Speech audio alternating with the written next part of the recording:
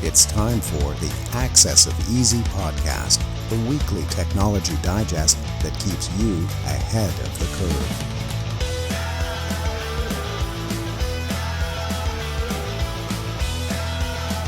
Brought to you by EasyDNS.com. Back, everybody, to the Access of Easy podcast. This is number 401, like the highway. My name's Joey. That's Len. What's going on, buddy? How the heck are you? I thought we were done with Access of Easy. I thought we were done with CBP. I thought we were done with everything. Price of Bitcoin spike. Are we retiring? Yeah, I'm done. This is my final show, so I nice. hope you all appreciate this. Nice. I'll be hosting it with a Grok agent after this, whatever those things do. I still don't think, like, I play around with AI all the time for the show, specifically graphics, and I still think those things have such a long way to go. But anyway, it's neither here nor there. What's going on? Did you see the link was supposed to be closed this weekend, but thankfully now, because of the rain accumulation, they're going to be leaving the link in both directions open, Skyway open, Red Hill Valley Expressway open, which is great. I have football on the mountain at 10 o'clock. It probably saves me an hour of driving minimum. An hour? Holy. Minimum. If you can't take the link up the mountain, you're in trouble. Everyone's going to be jamming those 2-lane city streets. It's going to be tough. Everybody, I thought, would be hitting the streets and celebrating, given that guy won the MVP for Shea in Hamilton. Yeah. SGA, the free throw merchant. He's under some pressure from the media. They play again tonight. I'll be watching that game after this for sure. Do they have a chance to win it? Oh yeah, they're the favorite now probably. Is it Golden State or no? He's in Oklahoma City. Okay. Mm-hmm. I don't even know what the team name for Oklahoma City. The Thunder. Yeah. Okay, I'm so far removed. I'm still waiting for the Charlotte Hornets. Are they back to Charlotte Hornets or no? They are. Yeah, the Hornets are in Charlotte. I'm so far removed. It's don't worry too much about it. Those were the good days. Let's get into some of the latest and greatest data breaching overreaching, as we do every week here. Last week's quote, Len: "He who has a why to live can bear almost any how." Almost doing a lot of lifting there, I think. That was by Friedrich Nietzsche. I always say Friedrich. I say Nietzsche. Yeah, I don't think that's how you actually say it, but I took a few philosophy classes in university. That's how I always say it. How do you say it? Well, it's Nietzsche. The joke way. Nietzsche. Yeah, that's the joke ways. But we have a friend that seems to really enjoy his. Oh God, yeah. Right. So it's right. Nietzsche. I totally forgot about that. Yeah, the first came to mind when him. So yeah. No one got that quote, by the way. This week's quote: "You don't get from life what you want. You get from life what you are." If you know who that was by, check on the back of all the cereal boxes you've collected since 1985. Put your response in the comments. No Googling, all that good stuff. Don't pervert the process, okay? And your next round of renewals on Mark and the team at Easy DNS. Some banger stories tonight. Where do you want to start? We got to start with Coinbase. I was going to say the same thing. We must. Yeah. Okay. Well, yeah, May 15th, they disclosed that there was a breach within the fortress that is Coinbase. And how this was done was, the social engineering. They were able to get some international customer support agents to get on board. And they were able to get some data and provide it to these scrupulous or unscrupulous individuals. And the stuff that they got, it's, again, the stuff we talk about quite a bit in this show, but then a little bit more, like the names, phone numbers, addresses, and email addresses. And that's pretty common stuff. But beyond that, they also got some information related to social security numbers, some bank account information. Most importantly, the identification, right, for when they KYC'd themselves. Yeah. Like that's account balances, addresses, history. Yeah. So then they have a profile of individuals of when they make transactions, how much they have, where they live, who they are. And with this information, a lot can be done. And so they decided, you know what, we have this. Let's take Coinbase to the cleaners. And they were trying to squeeze them for $20 million. But Coinbase wants none of that. Coinbase says, you know what, we're going to turn this around. We're going to put a bounty on these guys. If you happen to give us some information to locate and tell us who they are, we'll give you $20 million as a reward. So, yeah. And furthermore, a payment has to be done, it looks like, to the impacted customers. Somewhere in the vicinity of 180 to 400 million dollars is going to be given out to impacted customers. They say less than 1% of total Coinbase customers were impacted by this, but probably You not. believe? No, you say more. Yeah, I just given from the feedback on X and people that have friends that use Coinbase, it seems like there was a high number of people that use Coinbase that were impacted. So 1%, that doesn't seem like it's matching that. So it is what it is. People out there that use Coinbase, got to do something. Maybe move, maybe change your identity, like facelift or some other thing you could do to just change the way you look, right? Because this could be pretty nasty moving forward. The $5 wrench attack is a real threat. Yeah. So do something. You got to be, I'm a big proponent of being like physically capable in a conflict. I don't know how much it'll help you if an armed intruder shows up, but I think it's a good idea. I preach all the time about not keeping your keys and your devices at your residence. I think that's also a good idea. At the end of the day, Len, the big thing is you can't outsource security. This is at some point, these exchanges have to realize this is really the most important thing they do. Protecting user data, specifically the home address of the people who signed up for these services, is critical. There's nothing more important than protecting that data. So if you're a Coinbase user, your home address, let's say you haven't moved since you started your Coinbase account, your home address is out there now. As you mentioned, the home address is a big part of it, but the other part is the transaction history. How much volume have you done? Have you done $1,000 worth of volume? Well, maybe that's not worth the risk. But what if you've done 100,000? What if you've done 1 million? What if you've done more? What if your stack is worth, 8 figures? You've been investing with Coinbase since, when did they start? 2012 or 2011, something like that. It was a long time ago. If you've been using them for that long and you've accumulated some significant amount of Bitcoin and now your address is out there, what's your plan? You got to move. You got to move, or you got to hire security or whatever. And there's been tweets to that effect as well since the leak. There's a number of different ways to address this as a user. Like you could do multi-factor security or like multi-layer security. But, how many times have we talked about stuff like LastPass getting hacked, other password managers getting hacked, to get access to files like your private keys online. So that's not an option for a lot of people.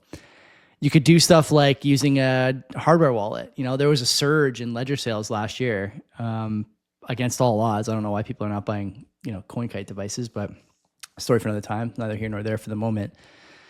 But even those devices have weaknesses. Pascal, I think his name is, who's the CEO there, or the CTO over at Ledger, famously announcing and rolling out, deploying this feature where your keys are sent to a server at some level in some way, and able to be decrypted so that if you lose your device, you don't lose your Bitcoin or your other crypto assets. Very generous language here on this PG-13 program. That's not really an option, because then you're not secure. So what are you left with, Len? You gotta hold your keys securely at a location that is not your residence, that is not easily available. Like I don't want to say too much, but there's options that you can think of in your own situation that make sense. What doesn't make sense is leaving coins on exchanges. What doesn't make sense is using exchanges that take all this data. What doesn't make sense is giving your privacy portfolio over to an Indian call center, which is what happened here. Disaster. It's a disaster on all fronts. And Coinbase saying it's going to cost them $400 million to reimburse the losses. What about the loss of life, loss of, peace of mind, loss of all these things for a lot of people, probably, a lot of people, if I had to guess. Really considering their situation right now. Terrible all around. Coinbase really getting off light here, at least for the moment. Oh, well. Use a crappy service. Play stupid games, right? I think you're totally right. Yeah, I think you're totally right.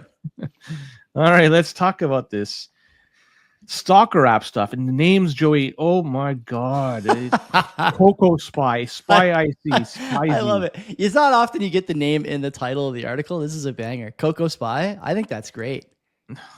Come on. I don't know anything about your taste. You have such an interesting palette for hacker names. I don't know what you really like. What do you give this one? It's a trio of them, and individually they're terrible. Combined, it's even worse. It's Spy IC. Spyzik and Spyzik are bad, but Cocospy is pretty good. I kind of like that. It's got a little funk to Spicy? it. I get the other two. I give zeros, but I give Cocospy like a 3. I think that's pretty good.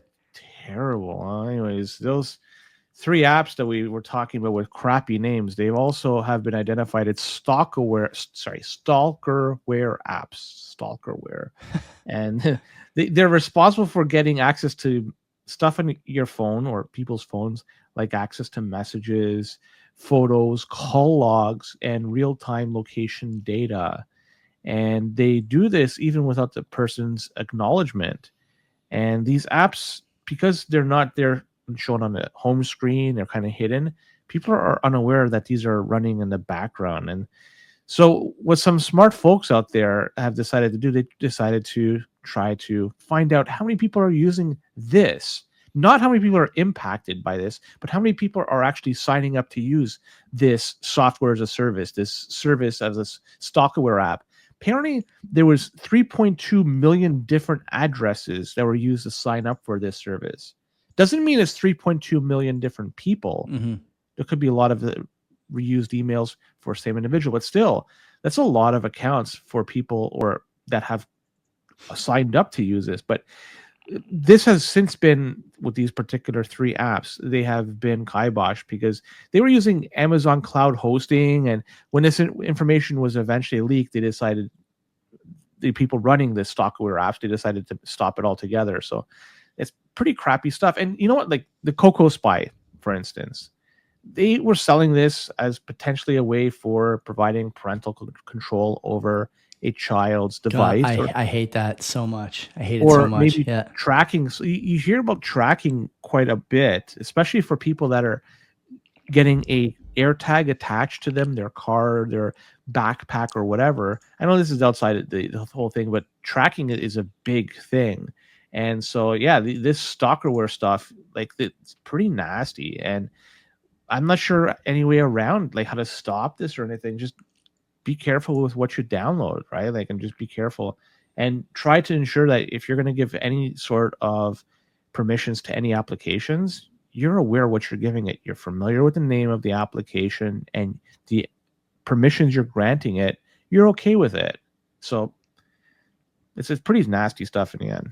I don't have much to say about this except that you're seeing more and more that there's a desire to scrape devices via apps that they're designed to enhance safety, I think is a good way to put it. And as a result, Len, oftentimes, especially with some of these apps that, protect kids, do tracking, what do you want to see? You want to see them ask for permissions on your device, right? And once you go down that road, you're really asking for trouble. I know for me, like just thinking of the App Store, the Apple App Store, it always tells you on the app listing what to expect in terms of permissions and why those permissions are being asked for by the app developer. So that's pretty good. And also, you know what I'm becoming interested in now that I'm downloading a few more apps for stuff like fitness and health, now that I have this like Apple Watch, I'm becoming more interested in user reviews. And I think user reviews are an important feature in app stores. I don't know how closely Google Play polices their user reviews for fakes and bots and stuff like that, but Apple's is pretty tightly patrolled. And so when I go to the Apple App Store, I see good reviews that give the pros, give the cons, talk about stuff like permissions, talk about stuff like GPU usage and stuff like that, CPU usage. And you can decide for yourself whether this is for you or not, right? It's going to cost you 5% on your battery every 4 or 5 hours and does this and that, doesn't do the things it advertises this well, blah, blah, blah. You can probably save yourself a lot of trouble going through those reviews, but it's just another step that most users who got by these types of attacks just won't go to. They're not even verifying, shippers, right? The companies that dev up these apps and put them on the App Store. I doubt very much they're looking at user reviews. So at the end of the day, Len, there's a group of, less than competent users, let's say, for all these mobile platforms. And this is what you get. You're going to have problems with this until that user base either wises up or dies out. And I think they're closer to the latter than the former. Get your phone. I'm curious to see what ArriveCan gets in terms of user review. Huh. I could tell you on the on the Android side, it gets 4.8 stars. That's 119,000 reviews. And it's funny because when I click the reviews and see all the reviews, it's like 1 star, 2 star, 1 star, 1 star. It's all I can't find one. Oh, it's a 3 star. Well, 5 star finally. It took like 6 or 7 to finally get Yeah, to a 5 they're getting nuked in the reviews here on the App Store, but you're right. The total score is 4.6 out of 5. Wow. So Wow, Len. there's something there. I don't want to say. So yeah, I mean, using the reviews is a good tool, good indication of how it is, but still, I think the Arrive can, unfortunately, is an indicator that So it's not the real. interesting data point on your topic here. 2 years ago, this is one of the comments. So I can't verify this, but it probably is true. Uber has 104,000 ratings. Tinder has 40,000 ratings. ArriveCan has 500,000 ratings. 5x that of Uber after existing for, at this time, I guess a year, maybe less. So yeah, interesting. So fake views. They're going to even the government going to the bot farms. Oh my God. At least we know we can call the bot farm and engineer the data. You know what? I think just based off that, the global disinformation index should be off the chart, right? I'm very. Have we contacted the authorities about this yet? We need to find out how we can stop this. I want to punch in ArriveCan into the GDI to see what comes up. Anyways, GDI, it's an organization with ties to the U.S. government. They've been actively targeting media outlets that deem to spread disinformation. Hilarious. And this was done by blacklisting certain outlets and sharing the list with advertisers out there and also tech companies, the stuff that Facebook, Google, and stuff like that. And that led to a significant decrease in advertising revenue for selected targeted media companies. And all this is to say is this is a form of censorship, right? Because certain views are going to be suppressed and it creates an echo chamber of existing views. It's not reflective of what reality is. It's just somebody trying to push a particular narrative, which is too bad. So I've heard of the GDI before. I never really looked into it, but We've talked about it on the show. We've talked about it on the show. Yeah. But not. What was it? The CBP? I can't remember. One of the two. I think it was. I don't know. Maybe there was a week where there was both, but I know we've talked about it on AOE before. Well, they target primarily right wing. Shocker. Color me surprised. Color me surprised. Yeah. So the disinformation could be a little bit biased in which it's how it's trying to figure out what it is. But whatever. I can't believe this is still ongoing given the fact that the administration has changed in the U.S. in the past 5 months. I thought that with Doge and with Donald Trump being there, that something like the GDI would be given the axe or at least a light shone on it and things change. But apparently not. It is still what it is, which is kind of strange. Interesting that I'll just read from the article here. The organizations on GDI's radar were overwhelmingly right-leaning. We talked about that. The index included the Federalist, Newsmax, Daily Wire, New York Post, and The Blaze among those flagged as high risk. Meanwhile, GDI, this is really the kicker for me. Meanwhile, GDI elevated left-leaning outlets such as NPR, the New York Times, and ProPublica as minimum risk. Like it's just plain not true. We saw over COVID, we saw during the pandemic. We saw with the Biden cognitive decline, that's now like front page news everywhere. Jake Tapper, truly a charlatan and Judas of Olympic level skill, cashing in on the Biden dementia and now, unfortunate. And, I wish the guy the best prostate cancer diagnosis. What is there to say about these people except that they are like scum bordering on criminal? When it comes to the way they covered the media, covered the election, covered the pandemic, have covered "quote unquote" misinformation since then. Who believes this stuff? The answer is nobody. And the reason I think that this is my tinfoil hat theory. The reason I think that advertisers are being targeted, as opposed to as we saw during the Twitter file release, the government going right to Twitter and saying we want these people deplatformed. The reason they're targeting the advertisers, I think, Len, is because the fact of the matter is, people on like the left-leaning broadcasters, specifically the ones I just mentioned, who are "quote unquote" elevated minimum risk, I suspect they are seeing a real drop-off in advertising dollars. And you see this in the way they're shrinking their newsrooms, the way that they're running their operations now, leaning out. New York Times, releasing less and less content. CNN, same thing. They're firing some huge names, Brian Stelter and others among them.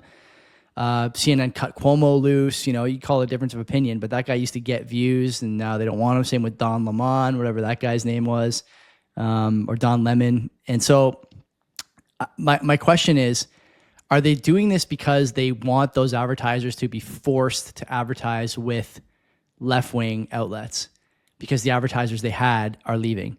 The other conspiracy theory you could say is with RFK now in the White House, there's at least a chance, a much more significant chance than a year ago, that pharma is no longer allowed to advertise on television. And so if you lose that money, like you're talking operations shuttering overnight. And so you got to force advertisers from the right to come over to the left. Now, you can't take all of them. You're never going to see, Border Gold or Phoenix Ammunition or, what is that one like military veterans coffee company? I forget what it's called. You're never going to see those guys advertising on Meet the Press, but you may see others come over that are a little more neutral and just looking for new users, new clients, and sales and whatnot in a way that maybe these other guys are not quite as aligned with the identity and culture war. So I think there's a lot going on here. We will keep an eye on this, but I do think it's interesting that they're ramping up their operation. It seems like even as the administration becomes less and less friendly. And by the way, the American people, I think, are more and more awake and aware to this sort of thing. I don't want to give them too much credit, but it seems to me like they're really fighting uphill in a way they weren't, last time we talked about them. That's for sure. You know that pharmaceuticals are, you mentioned it, they could advertise in the US. So you watch US TV, you watch US commercials. Yeah, they can't say what they do though. And the side effects, it's awesome. Amazing. I love them. Still see the guy throwing a frisbee or walking his dog. The fat guy losing weight. It's like, yeah, you could take this thing, but it might turn your bladder into a fucking raisin. Sorry, Mark, I swore there. It might turn your bladder into a raisin over the course of 6 weeks. And by the way, your stomach will stop working along the way. And like the side effects are insane. You know what I'm wondering, Len? How did it get to be that Americans allowed for that level of advertising from pharmaceuticals, but they don't allow it for basically anything else? Like this, there's pretty strict rules on alcohol advertisement, for lobbying. Example. Yeah, that's exactly right. And so people can say what they want about Canadian healthcare, Euro healthcare, but the reason you don't see ads for stuff like that on Canadian TV is why? The healthcare here is free. There's no benefit to advertising here. Doctors will prescribe whatever they think will work for you. Whether they're right or wrong is a different story entirely, but there's just no incentive here the way there is over there. Smaller market, all those things, right? We're doing some things right in Canada. That I think is one of them. You know that only 2 countries in the world allow for advertisement on television for pharmaceuticals? US being one of them. And don't tell me. I'll give you a hint. It's part of the Commonwealth. Yeah. Australia? Very close. It's New Zealand. Huh, okay. Which is interesting because I just took a peek and New Zealand does have universal healthcare coverage. Weird. Lobbying must be very powerful over there for their pharmaceutical Yeah, field. It's possible. I think we're able to get around that. But so, yeah, it's funny that only 2 places in the world it's allowed and everywhere else it doesn't seem very capitalistic to me, or capitalism, it's kind of must be some reason. They're not advertising because they don't like money. There must be a reason they're not doing it. I'm not sure what it is. If New Zealand's got them, then I wonder why we don't. Maybe one day we will. We'll see. Nitrogen ransomware. It's not good. This is not a good name. Yeah, it's not a good name. Yeah, it's very unoriginal. Yeah. Well, this is used. Not even really a good element. Like if you're going to go to the periodic table, many better choices besides nitrogen, I would say. Uranium. Anything really. Yeah. Yeah. Potassium. So this has been targeting financial firms as well as companies in construction, manufacturing, and technology. And they're using very unique ways of stealing this information. And it's critical information that it's being stolen. And it's spread through deceptive ads in search engines. And it's tricking the users out there into downloading infected installers. Have you heard this term before, Len? This malvertising before? Never. Me neither. It's the first time I've ever seen it. Yeah. People are doing it. People are downloading this and installing it. And once it's installed in the system, it moves around a network, stays hidden, and it also disables antivirus software out there. I don't know why people are doing this, but the vibes. I'll tell you why. It's the vibes. What are they downloading? Why would you ever click the first 4 links on Google? What would drive you to do that is what I want to know. Or the right side of the search, the advertising area. Why would you ever go there? I've clicked the first few links on If stuff. you know what you're looking for, you're Yeah. not going. Yeah, but if you're searching something and you know that a Google gives you an ad as the first link or two, like you're not dumb. Again, this is what I said earlier about this group of people that's just not competent, and like they'll make this mistake over and over again.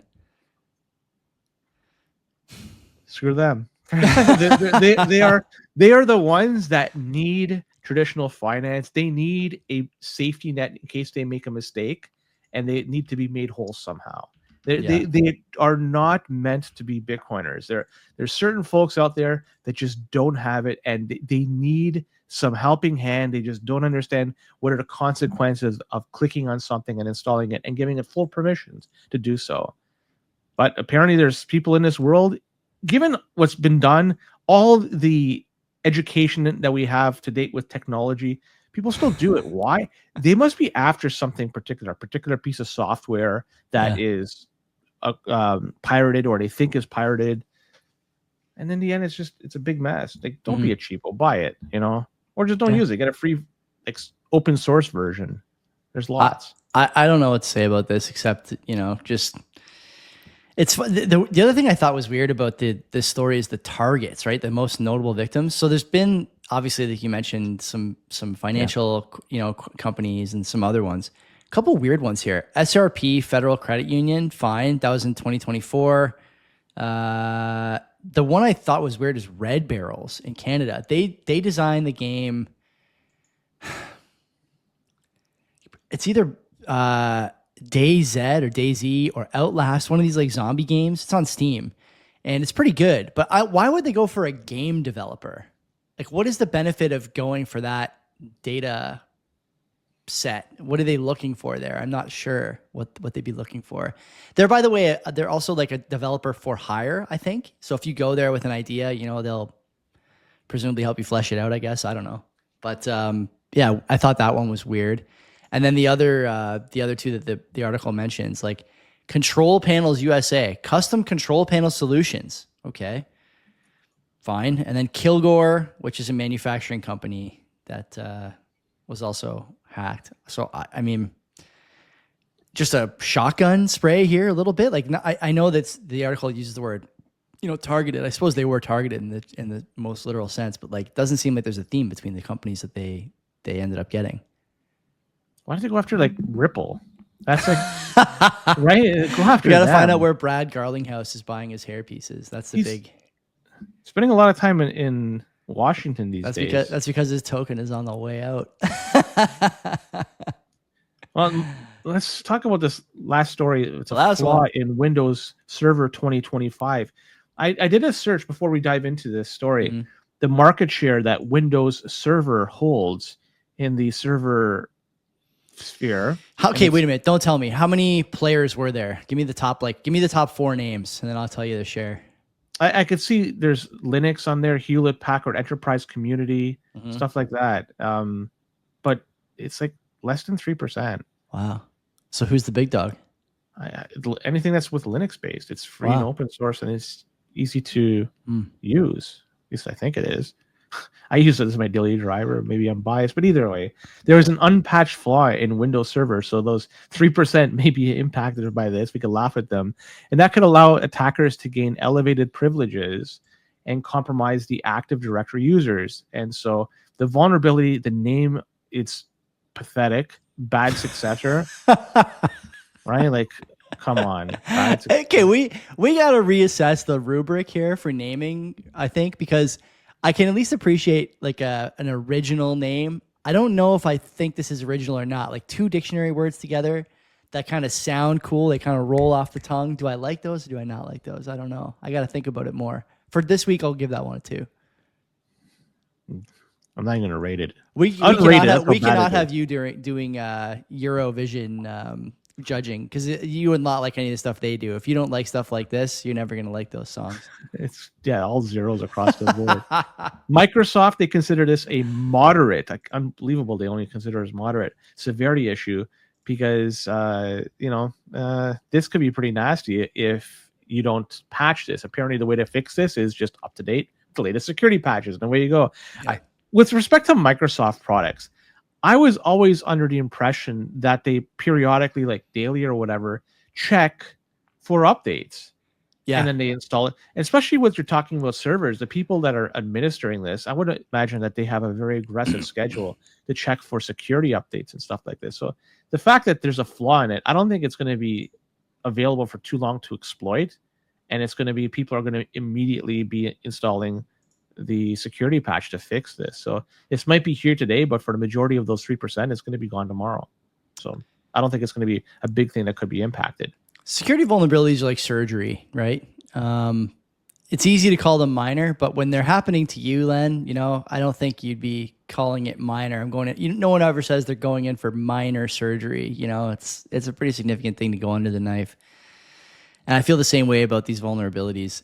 In terms of the updates to protect your hardware, software, Windows in its current iteration, I think other Microsoft products are probably following suit. They do a lot more what I'll call shallow update processes. So you might remember when we were a little younger, you know, Windows XP was really the first version of Windows where, you know, you were connected to the internet, your machine was connected to the internet all the time. It was the birth era for DSL and cable, and everyone was online always because you didn't have to worry about the phone lines. And so Windows and Microsoft, among other providers for software, were able to feed you these OTA updates, you know, with some frequency, right? You'd get like the Service Pack 2 update for XP was huge. Everyone was on Service Pack 2 for years and years and years.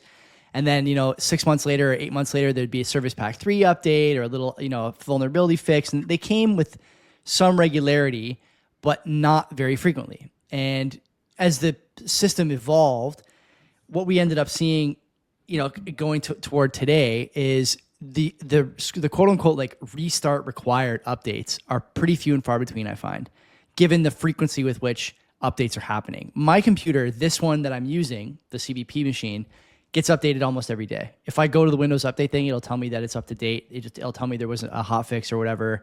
And I never restarted. At least I didn't notice if I restarted, or it restarted for me overnight or something. And it's not cumbersome at all. So I don't understand how this kind of stuff happens. When I see something like unpatched Windows Server flaw, that's a problem for me, because these guys are literally issuing updates every 12 or 24 hours. And for it to be unpatched and have these problems, you know, it's unforgivable. And like you said there, you know, you're in a market where a lot of people are using other products as it is. And maybe this is why, you know, Linux is not as vulnerable. There's more people looking. There's more people caring, maybe. So I'm interested to see, you know, how that server user base pie changes over the next year or so. But how much more can it get sliced? I don't know. 3% is pretty bad. Well, here's the thing, right? Why not? Why can't it get sliced any further? Right? We don't ever talk about Linux vulnerabilities on this show. We don't ever talk about barely. What was the one that we do every so often, and it always boils down to just make sure that your software is up to date. It's always the same type of end result, and yeah, and with respect to Linux, I mean, I'm not sure which flavor people run, but you could set it up that it checks daily, every couple of days, twice a day, whatever, for updates, and you can just apply them when it show up. But it's been a period of time between the vulnerability being discovered by a malicious actor to the point where you're able to install that's the period of time where it could be critical, where you could lose information. So yeah, it is what it is. I have no other comments. Great show tonight. Any thoughts on the Leafs collapse? We haven't spoken since the Leafs collapse on Sunday night last week. Do you care? No, my life hasn't changed. It doesn't, right? Like, if they won, my life you are truly the most detached from any cultural, social flashpoint of anyone I know. I'm pretty sure, and I know a bunch of people in Bitcoin. You're top of the list for sure. I love it. Yeah, I choose to be that. You know, there's so much else you could do with your time, and I choose to waste it somewhere other areas. It's truly wasted. Let's be honest. I'm not spending it wisely in a lot of time, but you know, it is what it is. I love it. Yeah, enjoy. Well, nice talking to you. Nice talking to all you guys too. Don't forget, sign up for the Axis of Easy newsletter at accessofeasy.com. We cover the top 5, 6, 7 stories. Depends how much Mark feels like making us work that week. But there's always a bunch more in the in the newsletter that are interesting and will definitely help inform your views on data breaching and overreaching in the year of our Lord 2025. So that's it for this week. We'll see you next week for 402. Until then, take care of yourselves. Take care.